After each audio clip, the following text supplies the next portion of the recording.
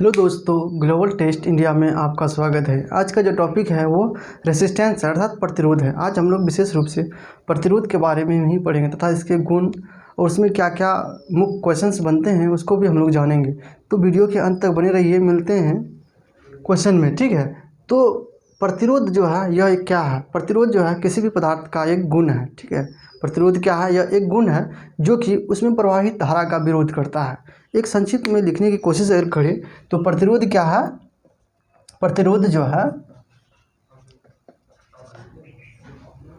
किसी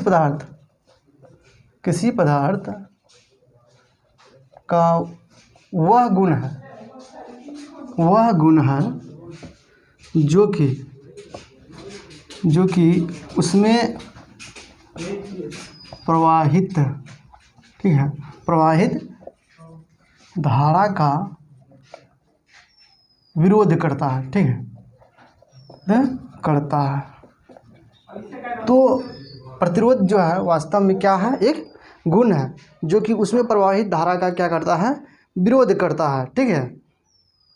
तो इस एक नियम ये हो गया, ठीक है। प्रतिरोध का जो एक परिभाषा के जो रूप में देखे ये हुआ, और एक अन्य परिभाषा भी है जो कि उसको भी हम लोग देख लेते हैं। तो प्रतिरोध जो है किसी पदार्थ का प्रतिरोध जो है किसी पदार्थ का प्रतिरोध जो है वास्तव में है क्या? किसी पदार्थ का प्रतिरोध जो है क्या कहता है? किसी पदार्थ का प्रतिरोध जो है उस पदार्थ के सिरों की विभवांतर, ठीक है, उस पदार्थ के सिरों के बीच जो है विभवांतर जो है, विभवांतर तथा प्रवाहित धारा, ठीक है, प्रवाहित धारा का अनुपात है, ठीक है। तो हम लोग इसमें दो परिभाषा को देखा कि प्रतिरोध जो है किसी पदार्थ का क्या है? एक गुण है जो कि उसमें प्रवाहित धारा का विरोध करता है, ठीक है। तो ये परिभाषा ये हुआ, और ये दूसरा परिभाषा जो है इक्वेशन के आधार पर मिलता है कि प्रतिरोध क्या है? विभवांतर तथा प्रवाहित धारा का क्या है? एक अनुपात है। तो हम लोगों ने जो है ओम्स के नियम में भी देखा है कि V = IR होता है, ठीक है। तो इस इक्वेशंस के हिसाब से जो है R = V/I हमें प्राप्त होता है, ठीक है। तो इसी से जो है ओम्स का नियम अर्थात प्रतिरोध जो है प्राप्त होता है। तो वास्तव में यही इसमें कहा गया है, ठीक है। तो इससे क्या प्राप्त होता है हमें? R = V/I, ठीक है। R = V/I होता है। तो उसके बाद इसमें देख लेते हैं SI यूनिट को, ठीक है।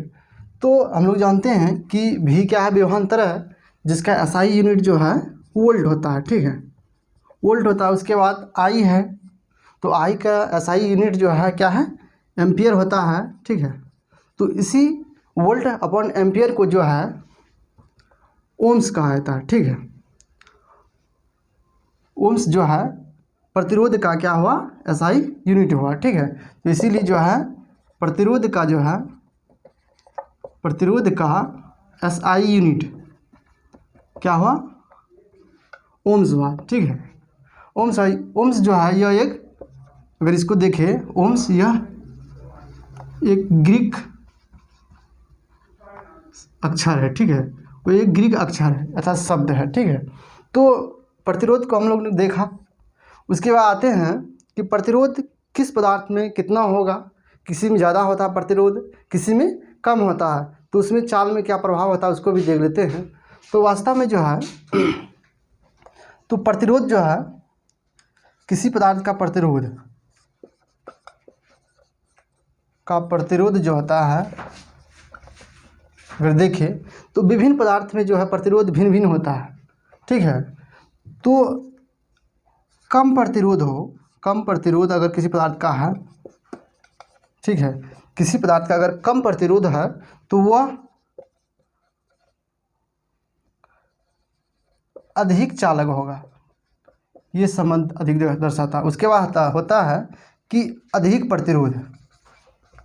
अगर प्रतिरोध है तो वह कम चालक होगा। तो दो हमने यहाँ पे पॉइंट्स देखा कि प्रतिरोध कम, अर्थात कहने का अर्थ ये हुआ कि रोकने की क्षमता अगर उसको कम है, किसी भी पदार्थ को अगर इसमें प्रवाहित धारा जो है प्रवाहित हो रही है, तो अगर इसमें प्रतिरोध कम है, इसका मतलब ये हुआ कि उसमें ज़्यादा प्रवाहित धारा हो रही है। अगर प्रतिरोध अधिक है, अर्थात उसको रोकने की क्षमता अगर अधिक है, तो इसका अर्थ ये हुआ कि उसमें धारा प्रवाहित कम होती है। ठीक है, तो ये दो क्वेश्चंस यहाँ से बनते हैं कि अगर कम प्रतिरोध हो तो प्रवाहित धारा का मान जो है चालक क्या होगा, वो पदार्थ अधिक चालक होगा। उसके बाद अगर अधिक प्रतिरोध हो तो वह पदार्थ में जो है बहुत वह कम चालक पदार्थ होगा। ठीक है, तो अब नेक्स्ट में हम लोग देखेंगे कि कुछ ऐसे भी पदार्थ हैं जो कि प्रतिरोध को जो है प्रभावित करते हैं। ठीक है, प्रतिरोध को प्रभावित करने वाले कारक हम लोग देखेंगे कि विभिन्न पदार्थ में प्रतिरोध जो होते हैं भिन्न भिन्न होते हैं, उसको हम लोग देखते हैं। तो प्रतिरोध को प्रभावित करने वाले कारक जो है तो हम लोग देख लेते हैं प्रतिरोध को प्रभावित करने वाले कारक। ठीक है, कि किसी पदार्थ में कितना प्रतिरोध होगा, किसी चीज़ को अगर बढ़ाएं तो उसमें क्या प्रभाव होगा, उसको भी हम लोग देख लेते हैं। ठीक है, तो उसमें सबसे पहला है कि चालक तार की लंबाई। क्या है? चालक तार की लंबाई। ठीक, इसमें क्या संबंध होता है प्रतिरोध में? तो चालक तार की लंबाई में ये कहा गया है कि लंबाई बढ़ाने पर प्रतिरोध जो है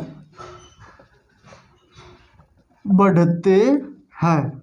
ठीक है, अर्थात अगर ये इक्वेशंस के आधार पर देखें तो आर जो है डायरेक्टली प्रोपोर्शन होता है एल के। ठीक है, अर्थात कहने का अर्थ ये हुआ कि रेसिस्टेंस अगर बढ़ाएंगे बढ़ेगा, अर्थात रेसिस्टेंस अगर बढ़ेगा इसका अर्थ हुआ कि लंबाई भी बढ़ा होगा। ठीक है, तो ये एक कारण हुआ। और नेक्स्ट जो कारण है क्षेत्रफल अर्थात मोटाई।